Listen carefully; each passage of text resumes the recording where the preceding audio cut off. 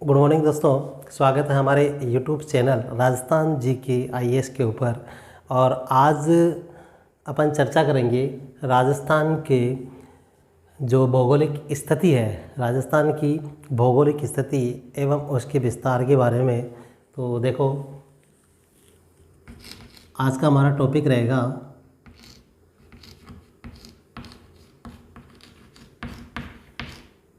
राजस्थान की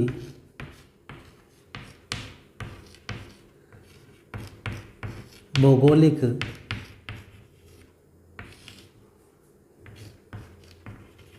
स्थिति एवं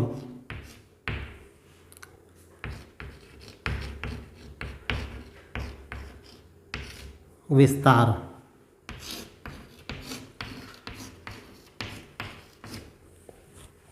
तो आज का हमारा टॉपिक रहेगा राजस्थान की भौगोलिक स्थिति एवं विस्तार के बारे में पढ़ेंगे।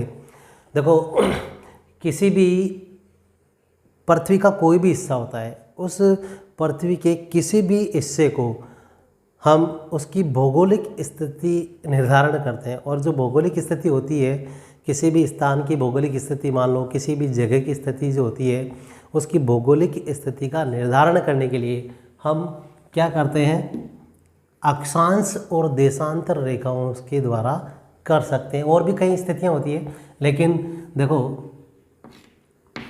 किसी भी, यहाँ पर लिख दें, जैसे मान लो पृथ्वी के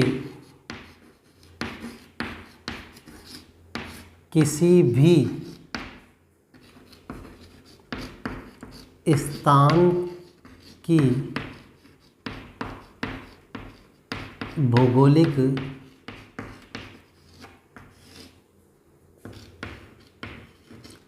स्थिति एवं विस्तार। स्थिति एवं विस्तार, या अपन कहते हैं भौगोलिक स्थिति को निर्धारण करने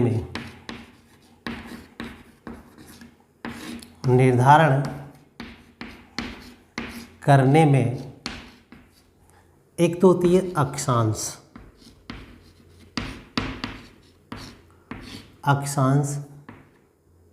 व एक होती है देशांतर रेखाएं। अक्षांश व देशांतर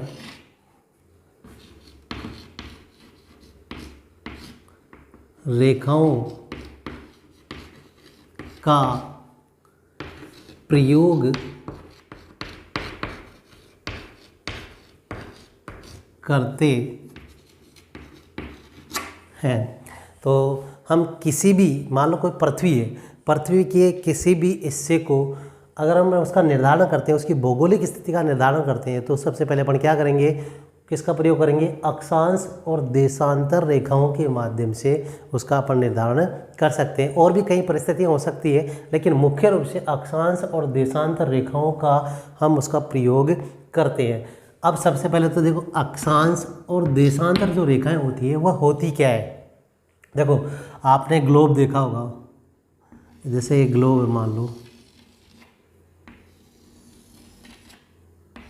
ये अपना ग्लोब हो गया, ठीक है। अब इस ग्लोब के ऊपर क्या होती है, आपने कई बार देखा होगा, ऐसे लकीरें होती है या रेखाएं होती है। इस प्रकार की जो रेखाएं होती है, इसको अपन कहते हैं ग्लोब। और ग्लोब के ऊपर ऐसी रेखाएं आपने सबने देखी होगी। तो जो देखो, इस तरफ दिशा कौन सी होती है, पूर्व, इस साइड होती है आपकी पश्चिम, उत्तर और नीचे होती है आपकी दक्षिण।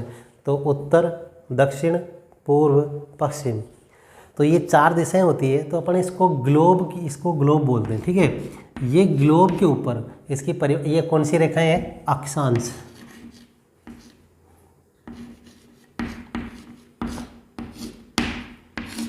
अक्षांश रेखाएं हैं, कौन सी रेखाएं, अक्षांश। तो अक्षांश रेखाओं की जो परिभाषा है हम कैसे लिख सकते हैं, किसे कहते हैं अक्षांश रेखाएं। देखो, ये ग्लोब है, तो ग्लोब के ऊपर, किसके ऊपर, ग्लोब के ऊपर पूर्व से पश्चिम में, ग्लोब के ऊपर पूर्व से पश्चिम में खींची गई काल्पनिक रेखाएं। ये कैसी रेखाएं होती है? काल्पनिक होती है। कैसी रेखाएं होती है? काल्पनिक। ये काल्पनिक रेखाएं होती है, यानी ये दिखती नहीं है, माना जाता है। तो अपन क्या कहेंगे? ग्लोब के ऊपर पूर्व से पश्चिम में खींची गई काल्पनिक जो रेखाएं होती है उनको अपन कहते हैं अक्षांश रेखाएं कहते हैं।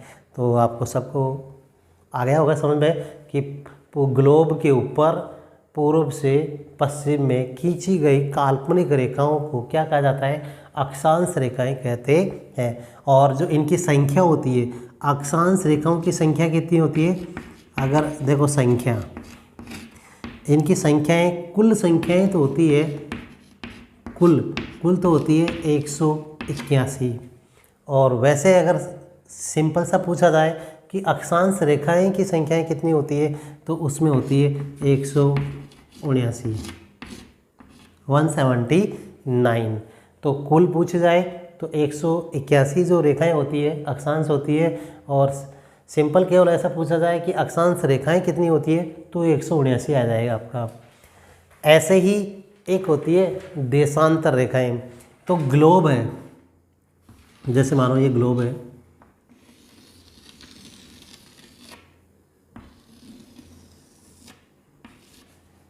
अब ग्लोब वही इधर पूर्व आ जाएगा, इधर पश्चिम, उत्तर, दक्षिण। ठीक है। तो ग्लोब के ऊपर देखो, ये ग्लोब है, इसके ऊपर ऐसे लाइनें खींची होती है, सबने देखा होगा।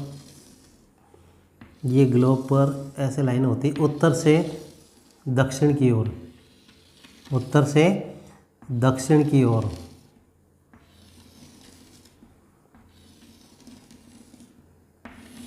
इस तरह से लाइनें होती है।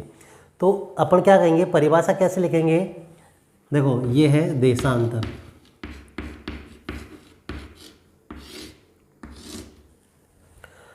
ग्लोब के ऊपर उत्तर से दक्षिण की ओर, देखो उत्तर से दक्षिण की ओर आ रही है, ऊपर से नीचे की ओर आ रही है ना, उत्तर से दक्षिण की ओर। तो ग्लोब के ऊपर उत्तर से दक्षिण में खींची गई काल्पनिक रेखाओं को हम क्या कहते हैं? देशांतर रेखाएं कहते हैं। और देशांतर जो रेखाएं होती है इनकी संख्या कितनी होती है? इनकी संख्या होती है 360। अगर आपको ये 360, देखो इसमें भी एक पूछा जाता है, कई बार ये पूछ लिया जाता है। देखो एक तो होता है अर्धवर्त, अर्धवर्त।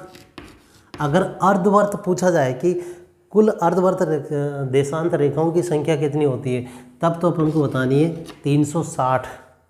और अगर पूछा जाए पूर्ण व्रत, एक पूछा जाता है पूर्ण व्रत रेखाएं कितनी होती है, तो 180 पूर्ण व्रत देशांतर रेखाएं होती है। तो अपन समझ गए होंगे, अब तो पता लग गया होगा ना भाई अक्षांश क्या होती है और देशांतर क्या होती है। तो अक्षांश तो होती है पूर्व से पश्चिम की ओर खींची हुई होती है, और देशांतर जो रेखाएं होती है उत्तर से दक्षिण की ओर खींची जाती है। तो इस प्रकार से अक्षांश और देशांतर रेखाएं होती है। तो अपन पर चलते हैं अब राजस्थान के बारे में। राजस्थान भी जो है इसमें भी हमारा जो राजस्थान है इसका भी जो निर्धारण है, इसकी भौगोलिक जो स्थिति है, इसका स्थिति और जो विस्तार है वो भी अक्षांश और देशांतर रेखाओं द्वारा निर्धारण किया गया है। जैसे मान लो ये अपना राजस्थान है, एक बार इसको आप उतार सकते हैं, स्क्रीनशॉट ले सकते हैं।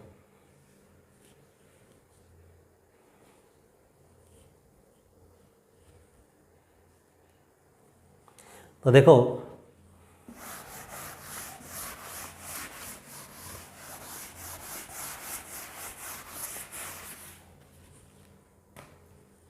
ये अपना राजस्थान है।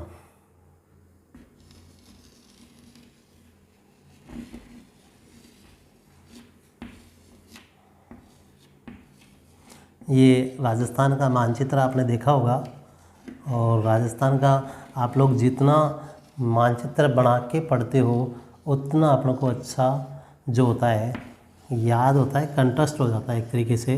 तो हमें जब भी पढ़ना है वो मानचित्र बना के पढ़ें। तो अच्छा याद रहेगा। तो ये हो गया अपना राजस्थान का मानचित्र। लगभग आपको ऐसे एजिट तो नहीं बना सकते, लेकिन ऐसे कोशिश कर लेनी चाहिए। खैर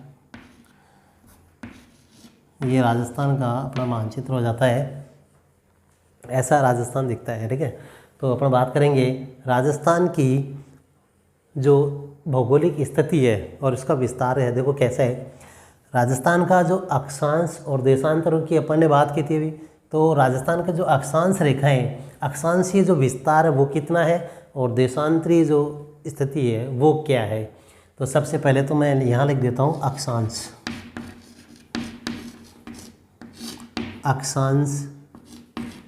अक्षांशीय स्थिति। ठीक है, तो ये है अक्षांशीय स्थिति। अक्षांशीय स्थिति कैसी है, इसमें है 23 डिग्री 3 मिनट उत्तरी अक्षांश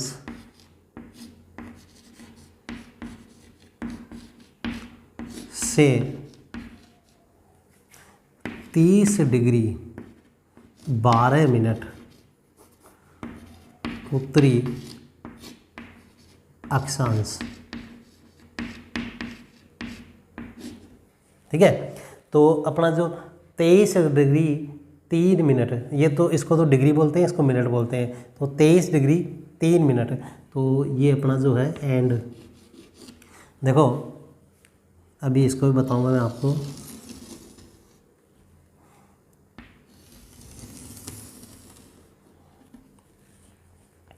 ये है 23 डिग्री 3 मिनट उत्तरी अक्षांश, और यहाँ पे आपका आ जाएगा 30 डिग्री 12 मिनट जो है उत्तरी अक्षांश। ठीक है, तो ये तो हो गई अपनी अक्षांशीय स्थिति। 23 डिग्री 3 मिनट उत्तरी अक्षांश से 30 डिग्री 12 उत्तरी अक्षांशों के मध्य है। ठीक है, और ऐसे ही अगर अपन इसके बारे में बात करें देशांतरीय स्थिति के बारे में, तो देशांतरीय स्थिति क्या है, 69 डिग्री 30 मिनट। इसमें आ जाएगा आपका पूर्वी देशांतर। क्या लिखेंगे अपन, पूर्वी देशांतर। 69 डिग्री 30 मिनट पूर्वी देशांतर से 78 डिग्री, कितना आ जाएगा यहाँ पर, 78 डिग्री 17 मिनट पूर्वी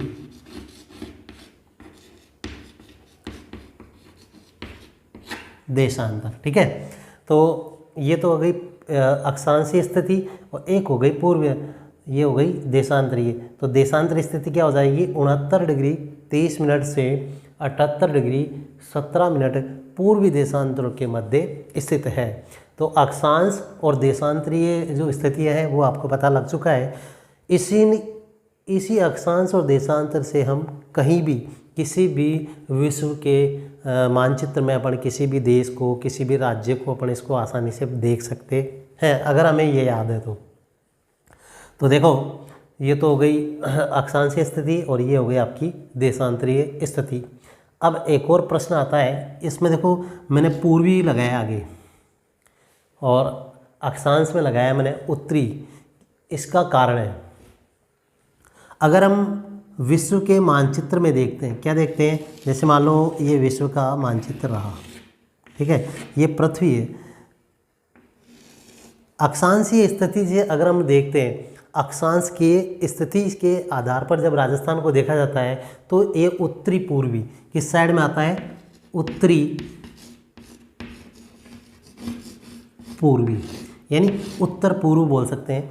उत्तर अक्षांशीय स्थिति के आधार पर राजस्थान जो है उत्तर पूर्वीय स्थिति में है, जबकि देशांतरीय आधार पर देखा जाए तो पूर्वीय स्थिति के आधार पर है, यानी पूर्व में। अगर देशांतरों के हिसाब से देखा जाए तो पूर्व में, और अक्षांश के हिसाब से देखा जाए तो उत्तर पूर्व के अंदर है। इसलिए हम जब भी अक्षांशीय लिखते हैं इसके आगे उत्तरी लगाते हैं और देशांतर लिखते हैं उसके आगे पूर्व लगाते हैं। तो आपको समझ में आ गया होगा कि इसमें पूर्व क्यों लगाया है और इसमें उत्तर क्यों लगाया है।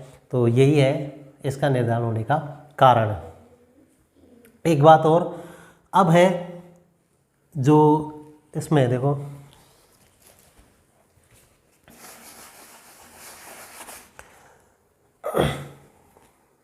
अंतर, इसमें अंतर पूछा जाता है और एक देशांतर में भी अंतर पूछा जाता है।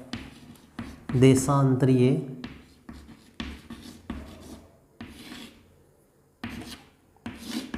एक तो अक्षांशीय जो 23 डिग्री 3 मिनट से 30 डिग्री 12 मिनट के अंदर जो कई बार अंतर पूछा जाता है कि इनमें अंतर कितना कितना है पूछा जाता है। मतलब अक्षांशीय जो स्थिति है उसमें अक्षांशीय स्थिति का जो अंतर है वो क्या है। तो इसमें तो आपको लिखना है 7 डिग्री 9 मिनट।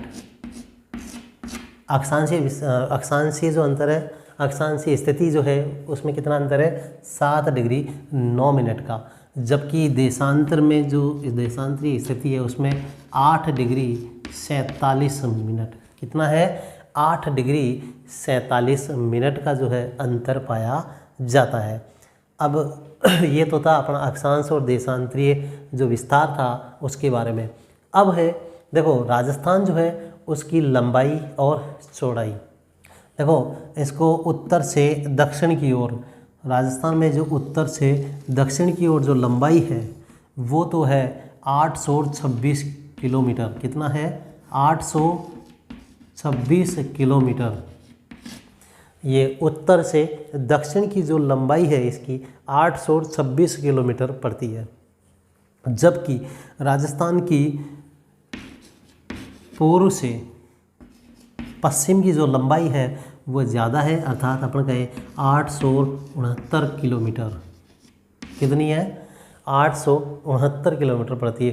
तो उत्तर से दक्षिण की जो लंबाई है वह तो 826 है और पूर्व से पश्चिम की जो लंबाई है इसकी वो है 869। और कई बार इसमें प्रश्न भी पूछा जाता है कि राजस्थान में जो उत्तर से दक्षिण व पूर्व से पश्चिम में जो लंबाई और चौड़ाई है इन दोनों का अंतर कितना किलोमीटर आता है। तो अंतर आप निकाल सकते हो आराम से। जैसे उत्तर और दक्षिण की जो लंबाई है इसमें 826 है और पूर्व से इसकी जो चौड़ाई है पूर्व से पश्चिम की 869 है। कितना है 869। तो इसमें से अंतर निकाल लो, सीधा सीधा आ जाएगा। 9 में से 6 गए तो 3 और 6 में से 2 गए तो 4, मतलब यानी 43 किलोमीटर। कितना किलोमीटर 43। तो 43 किलोमीटर का अंतर आता है राजस्थान की लंबाई और चौड़ाई के अंदर। तो दोस्तों हमारा वीडियो कैसा लगा? अगर अच्छा लगा है तो लाइक ज़रूर करें और आप हमारे चैनल पर नए हैं तो इसको सब्सक्राइब ज़रूर करें।